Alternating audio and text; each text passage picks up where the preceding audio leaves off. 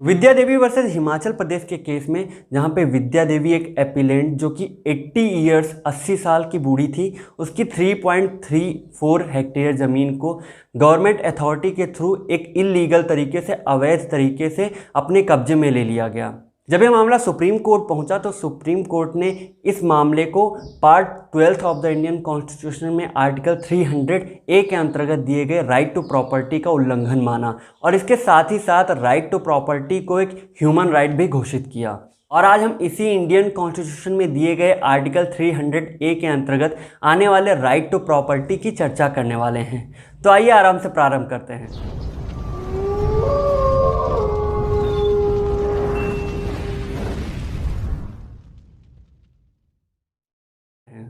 वैसे तो property term की कहीं भी डेफिनेशन नहीं दी हुई है, लेकिन एक जनरल टर्म में प्रॉपर्टी का मतलब हर वो चीज़ होती है जिस पे कब्जा जमाया जा सकता है, जिस पे स्वामित्व दिखाया जा सकता है। लेकिन अगर लीगल टर्म में बात करें तो प्रॉपर्टी के अंतर्गत हर वो टेंजिबल, इनटेंजिबल, कॉर्पोरल, इनकॉर्पोरल चीज़ें आती हैं जो व्यक्ति के इंटरेस्ट को फॉर्मुलेट करती हैं। आप राइट टू प्रॉपर्टी एक्ट का इंपॉर्टेंस इसी से समझ सकते हैं कि नेचुरल लॉ ऑफ स्कूल जो था उसमें इसको एक बेस राइट माना गया है।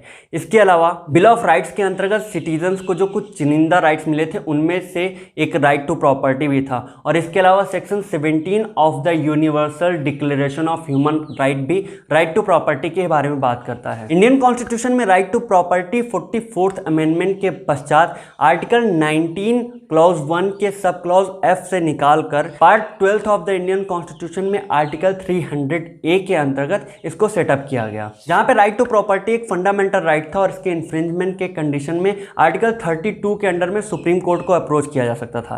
लेकिन अब जब इसको चेंज किया गया है 44th अमेंडमेंट के बाद, तो अब ये जब कॉन्स्टिट्यूशनल राइट है तो इसके इन्फ्रिंजमेंट के कंडीशन में इसको एक जनरल प्रोसीजर के थ्रू ही कोर्ट को अप्रोच किया जा सकता है।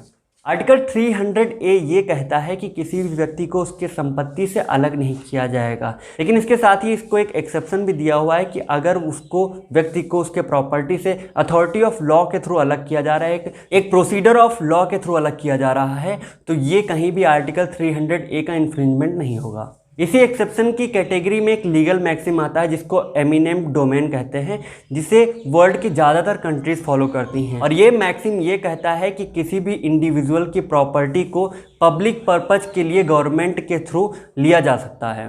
और इस लीगल मैक्सिम का जो सोर्स है वो एक दूसरी लीगल मैक्सिम है जिसको हम नेसेसिटा पब्लिक मेजर एस्ट क्वेम के नाम से जानते हैं, जिसका मतलब ये है कि जो पब्लिक इंटरेस्ट है वो इंडिविजुअल इंटरेस्ट से ज़्यादा प्रायोरिटी रखता है। तो इसका मतलब ये हुआ कि किसी भी व्यक्ति को उसकी प्रॉपर्टी से, उसकी संपत्ति से एक प्रॉपर अथॉरिटी ऑफ लॉ के थ्रू अलग किया जा सकता है। अमेरिकन कॉन्स्टिट्यूशन में यह व्यवस्था दी हुई है कि अगर किसी व्यक्ति को उसके प्रॉपर्टी से अलग किया जा रहा है, संपत्ति उसकी उससे छीनी जा रही है, तो उस कंडीशन में 3 रिक्वायरमेंट्स हैं जिनका फुलफिल होना जरूरी है। सबसे पहली बात, वो प्रॉपर्टी किसी अथॉरिटी, जो प्रॉपर अथॉरिटी है उसके थ्रू ली जा रही हो।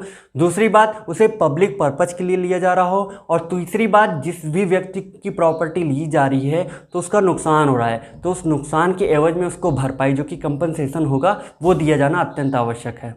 इंडियन कॉन्स्टिट्यूशन में अमेरिकन कॉन्स्टिट्यूशन की तरह ये कोई रूल तो फॉलो नहीं किया गया है, लेकिन यहाँ भी अगर प्रॉपर्टी किसी व्यक्ति से छीनी जा रही है तो वो नेचुरल जस्टिस के जो कोर कॉन्सेप्ट हैं, अर्थात जस्ट, फेयर और रीजनेबल होना चाहिए। मेनका गांधी के केस में सुप्रीम कोर्ट ने ये कहा था कि अगर किसी व्यक्ति को उसकी प्रॉपर्टी से अलग किया जा रहा है तो वो प्रॉपर अथॉरिटी के थ्रू किया जाना चाहिए, और इसके साथ ही वो अथॉरिटी, वो जो लॉ होगा, वो जस्ट, फेयर और रीजनेबल होना चाहिए। इंडियन कॉन्स्टिट्यूशन में इसी अथॉरिटी ऑफ लॉ जिनके थ्रू प्रॉपर्टी से व्यक्ति को डिप्राइव किया जाएगा, उनके बारे में कंडीशन आर्टिकल 31 में दी हुई है। और इस आर्टिकल 31 का बेनिफिट इंडियंस के साथ साथ एलियंस को, जो कि नॉन सिटीजन्स हैं, उनको भी मिला हुआ है। लेकिन आर्टिकल 31 के अंतर्गत मिलने वाला ये राइट एलियंस को केवल स्टेट के अगेंस्ट मिला हुआ है, इंडिविजुअल के अगेंस्ट नहीं।